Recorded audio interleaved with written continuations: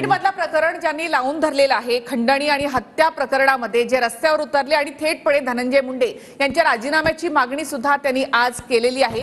आजची आपण breaking news सुद्धा पाहिली की आता धनंजय मुंडे अजित पवारांच्या भेटीसाठी देखील गेलेत। 20 मिनिटं चर्चा सुरू आहे। त्यांच्या राजीनाम्याची मागणी करणारे एकूणच हे प्रकरण आक्रमकपणे लावून धरणारे बीडमधले आष्टीचे आमदार सुरेश धस आपल्या सोबत आहेत। सुरेश धस, स्वागत तुमचं TV9 मध्ये। नमस्ते। दस आक्रमकपणे हा मुद्दा तुम्ही लावून धरला। आज राज्यपालांकडे गेलात, सर्वपक्षीय नेत्यांनी धनंजय मुंडेंच्या राजीनाम्याची मागणी केली। तुम्ही पहिल्यांदा धनंजय मुंडे यांचं नाव घेऊन त्यांच्या राजीनाम्याची मागणी केली आणि त्यानंतर आता धनंजय मुंडे अजित पवारांच्या भेटीसाठी गेलेत। आता आपण पाहतोय तिथे की जवळपास 20 मिनिटं चर्चा सुरू आहे। त्यांची चर्चा किती वेळ होईल, काय होईल याच्याशी मला काय घेणं देणं नाही। मी आक्रमकपणे म्हणजे ज्या पद्धतीने हत्या झालेली आहे ती पद्धत अतिशय चुकीची आहे। इतका निर्गुण आणि आपल्या मराठी भाषेच्या शब्दकोशामध्ये जितका वाईटात वाईट शब्द असेल तितक्या वाईट पद्धतीने ही हत्या झालेली।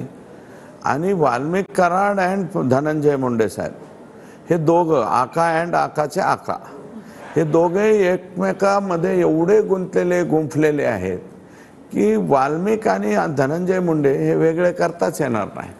त्याच्यामुळं आजपर्यंत मी म्हणत नव्हतो, परंतु ज्या माहिती येत आहेत की 14 जूनला कुठं बैठक झाली, 19 जूनला बैठक कुठं झाली, म्हणजे सुरुवात संतोषच्या हत्येची सुरुवात कधी झाली, जून महिन्यामध्ये झाली आणि त्याच्या प्रमुख बैठकीला स्वतः धनंजय मुंडे, सातपुडा त्यांचा बंगला आहे, शासकीय बंगला, शासकीय बंगल्यावर काल मी जे स्टेटमेंट केलेलं आहे की शासकीय बंगल्यावर बैठक झाली। आता पुढं ठीक आहे, तुम्ही टेक्निकली अमक म्हणताल, मी कोणाला आदेश दिला नाही, मी अमकं केलं नाही। अहो, हे सगळं जे तुमचं साम्राज्य उभा केलंय वाल्मिक कराडांनी, हे गेल्या 5 वर्षातलंच आहे ना।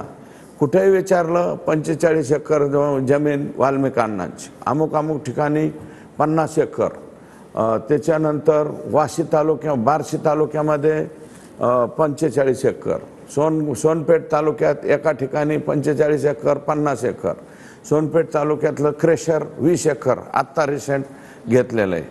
त्याच्यानंतर शिरसी तालुका माजलगाव, तिकडं शिमरी पारगाव का शिरसी पारगाव आहे, तिथं 45-50 एकर। आत्ता मांजरसुंबा जे आहे, मांजरसुंबा म्हणून गाव आहे आमच्या, तिथं 45 एकर दुसऱ्या पत्नीच्या नावावरती जमीन आहे। आता जमिनी कुठं कुठं आहेत तुमच्या? काही काल पुण्यामध्ये मोर्चा होता, त्या हे नाही का मगरपट्टा सिटी, त्याच्या शेजारी नवीन आहे कोणती तरी मोठा फ्लॅट आहे, ड्रायव्हरच्या नावावर अख्खा फ्लोअरच बुक आहे, ड्रायव्हरच्या नावावर। हे पैसे कोणाचे? धनंजय मुंडे साहेबांचे पैसे नाहीत तर कोणाचे?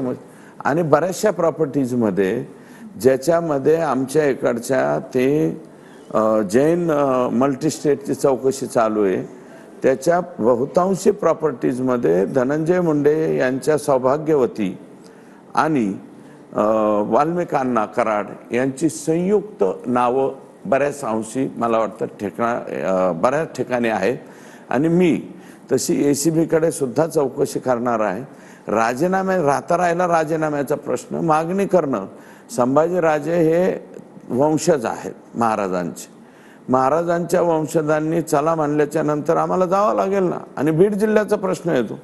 म्हणजे कॉमन आम्ही जी मागणी केलेली आहे त्याच्यामध्ये शिवसेना उबाटा गट आहे, त्याच्यानंतर राष्ट्रवादी पवार साहेबांचा गट आहे, काँग्रेस पक्ष आहे, मेटे साहेबांच्या मिसेस तिथं आल्या, मी स्वतः होतो आणि राजे होते, राष्ट्रवादीच्या खासदार आणि आमदार, बीड जिल्ह्यामध्ये एक खासदार आहेत, एक आमदार आहेत, तेही होते।